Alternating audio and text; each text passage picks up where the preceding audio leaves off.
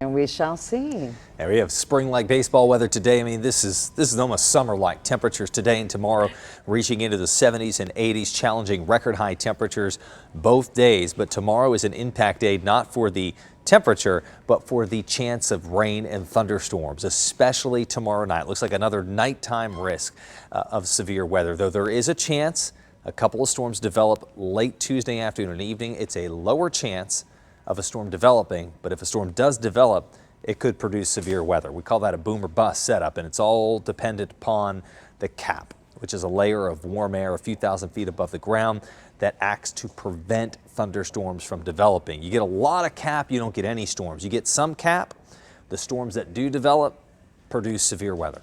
12-hour forecast for today in Kansas City. Lots of sunshine. My pick day of the week to get outside with temperatures reaching into the upper 70s. Tomorrow's going to be even warmer, and I think you're going to notice the humidity increase as well.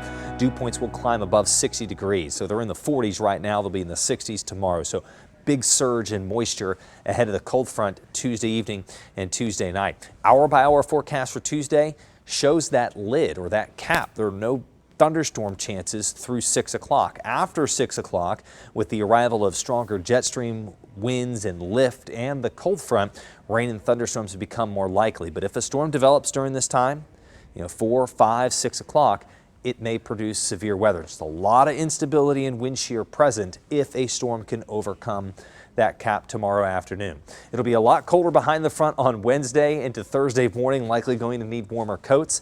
Highs in the 60s through the weekend, and looking ahead to next week for St. Patrick's Day, think warm green layers. Lows in the 20s and highs in the 40s. But our impact day tomorrow ahead of the cold front. The most likely area for significant severe weather is northeast of Kansas City within this orange shaded region.